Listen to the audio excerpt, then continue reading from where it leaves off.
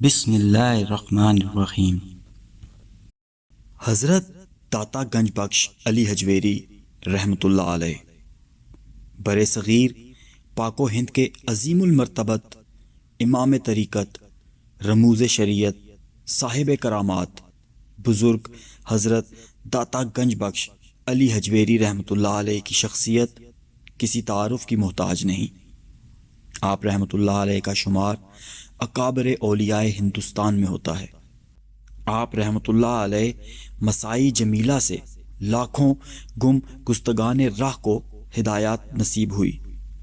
سلسلہ چشتیہ کے جلیل القدر بزرگ حضرت خواجہ معین الدین چشتی اجمیری رحمۃ اللہ علیہ اجمیر شریف روانہ ہونے سے قبل آپ رحمۃ اللہ علیہ کے مزار اقدس پر حاضر خدمت ہوئے اور معتکف ہوئے، اور وقت رخصت یہ شعر بطور نذرانہ عقیدت حضور داتا صاحب رحمۃ اللہ علیہ کی شان میں پیش کیا، جس کا ورد آپ کے محبین کی زبان پر اکثر رہتا ہے۔ یہ شعر آج بھی حضرت داتا گنج بخش رحمۃ اللہ علیہ کے روضہ اقدس کی محراب پر کنندہ ہے۔ گنج بخش فیض عالم، مظہر نور خدا، ناکسارا پیر کامل، کامل آرا رہنما۔ آپ کا اسم گرامی علی، کنیت ابو الحسن، لقب گنج بخش ہے۔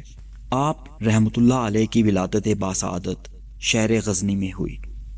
حجویری اور جلاب غزنین کے دو گاؤں ہیں۔ آپ رحمۃ اللہ علیہ نے حجویر، جہاں آپ رحمۃ اللہ علیہ کا ننہال تھا، کچھ عرصہ گزارا، اور جلاب، جہاں آپ رحمۃ اللہ علیہ کا ددیال تھا، کچھ عرصہ سکونت پذیر رہے۔ اس لیے آپ رحمۃ اللہ علیہ کے نام کے ساتھ یہ دونوں نسبتیں لگائی جاتی ہیں۔ آپ رحمۃ اللہ علیہ نے کشف المحجوب کے آغاز میں اپنا نام ابو الحسن علی بن عثمان بن ابی علی الجلابی الغزنوی الحجویری رقم کیا ہے۔ تقوی و پرہیزگاری میں حضرت کے آباء و اجداد ایک امتیاز شان کے مالک تھے۔ شہزادہ دارالشکوہ سفینۃ الاولیاء میں رقم تراز ہے۔ حضرت حجویری رحمۃ اللہ علیہ غزنی کے رہنے والے تھے۔ ان کے والد گرامی حضرت عثمان رحمۃ اللہ علیہ کی قبر غزنی میں ہے۔ والدہ ماجدہ کی قبر حضرت پیر علی حجویری رحمۃ اللہ علیہ کے ماموں تاج الاولیاء کے مزار سے متصل ہے۔ آپ رحمۃ اللہ علیہ کا خانوادہ زہد و تقوی کے لیے مشہور ہے۔ سن 400 ہجری کو حضرت عثمان رحمۃ اللہ علیہ کے گھر آسمان ولایت کا یہ بدر کامل طلوع ہوا۔ آپ رحمۃ اللہ علیہ کا سلسلہ نسب چند واسطوں سے حضرت علی کرم اللہ وجہہ سے جا ملتا ہے۔ حضرت سید علی حجویری بن حضرت عثمان، حضرت سید علی بن حضرت سید عبد الرحمن بن حضرت سید عبداللہ شاہ شجاع بن حضرت سید ابو الحسن علی بن حضرت سید حسن اصغر بن حضرت سید زید بن حضرت امام حسن رضی اللہ تعالی عنہ بن حضرت علی کرم اللہ وجہہ۔ آپ کو بچپن ہی سے حصول علم کا بے حد شوق تھا۔ ابتدائی تعلیم و تربیت آپ کے نامور علمی و مذہبی گھرانے میں ہوئی۔ بعد میں آپ رحمۃ اللہ علیہ نے اپنے وقت کے جید علماء و فضلاء کی خدمت بابرکت میں رہ کر ان سے اکتساب فیض حاصل کیا۔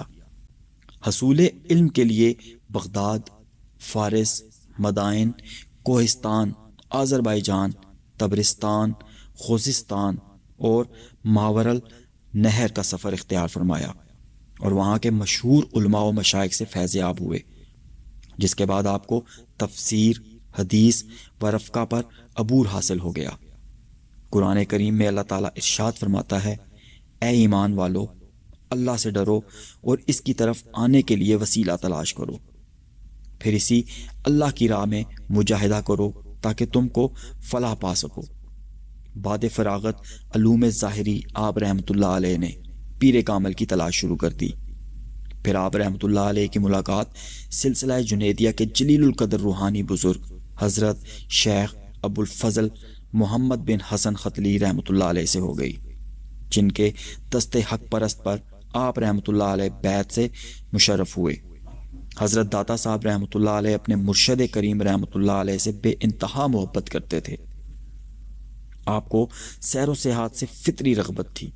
حیات مبارکہ کا بیشتر حصہ مختلف ممالک میں بسر کیا۔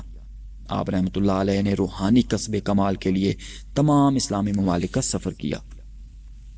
ایک دن حضور داتا گنج بخش رحمۃ اللہ علیہ کو عالم رویا میں بشارت دی گئی کہ تم کو لاہور کا کتب بنایا گیا ہے، لاہور تمہارے سپرد کیا، تم لاہور چلے جاؤ۔ حسب الحکم آپ رحمۃ اللہ علیہ اپنے وطن غزنی کو خیر بات کہہ کر لاہور تشریف لے گئے۔ آپ رحمۃ اللہ علیہ کے ہمراہ حضرت شیخ احمد حجازی رحمۃ اللہ علیہ اور حضرت شیخ ابو سعید حجویری بھی لاہور تشریف لے آئے۔ جب آپ رحمۃ اللہ علیہ نے لاہور میں قیام فرمایا تو اپنی جائے اقامت کے قریب ایک مسجد تعمیر کروائی۔ شہزادہ دارالشکوہ نے سفینۃ الاولیاء میں تحریر کیا ہے، جو مسجد آپ رحمۃ اللہ علیہ نے تعمیر کروائی، اس کا محراب دوسری مسجد کی نسبت جنوب کی طرف مائل تھا۔ اس وقت کے علماء نے اس پر اعتراض کیا کہ قبلہ صحیح نہیں ہے۔ آپ رحمۃ اللہ علیہ نے علماء کرام کی دعوت دی اور خود امام بن کر نماز پڑھائی۔ نماز کے بعد آپ رحمۃ اللہ علیہ نے حاضرین مسجد سے فرمایا کہ اب دیکھو کعبہ کس سمت ہے۔ تمام حجابات درمیان سے اٹھ گئے اور کعبہ سامنے نظر آنے لگا۔ غرض کے قبلہ کو سامنے دیکھ کر تمام علماء نے معذرت کر لی، اور اس کرامت کی وجہ سے آپ رحمۃ اللہ علیہ شہرت دور دور تک پھیل گئی۔ یوں تو آپ رحمۃ اللہ علیہ نے کئی تصانیف رقم فرمائی ہیں، لیکن درج ذیل تصانیف منہاج الدین، کشف الاسرار، دیوان علی اور کشف المحجوب مشہور ہوئیں، لیکن کشف المحجوب کو تصوف کا دستور کہا جاتا ہے۔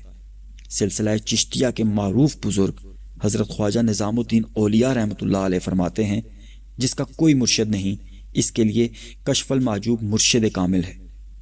حضرت داتا گنج بخش رحمۃ اللہ علیہ نے حیات مبارکہ کے آخری ماہ و سال لاہور ہی میں گزارے، اور چند روز کی علالت کے بعد خانقاہ میں اپنے حجرے میں 465 ہجری میں وصال فرمایا۔ آپ رحمۃ اللہ علیہ کی نماز جنازہ آپ رحمۃ اللہ علیہ کے خلیفہ حضرت شیخ ہندی رحمۃ اللہ علیہ نے پڑھائی۔ لاہور میں آپ رحمۃ اللہ علیہ کا مزار آج بھی مرجع خلائق ہے۔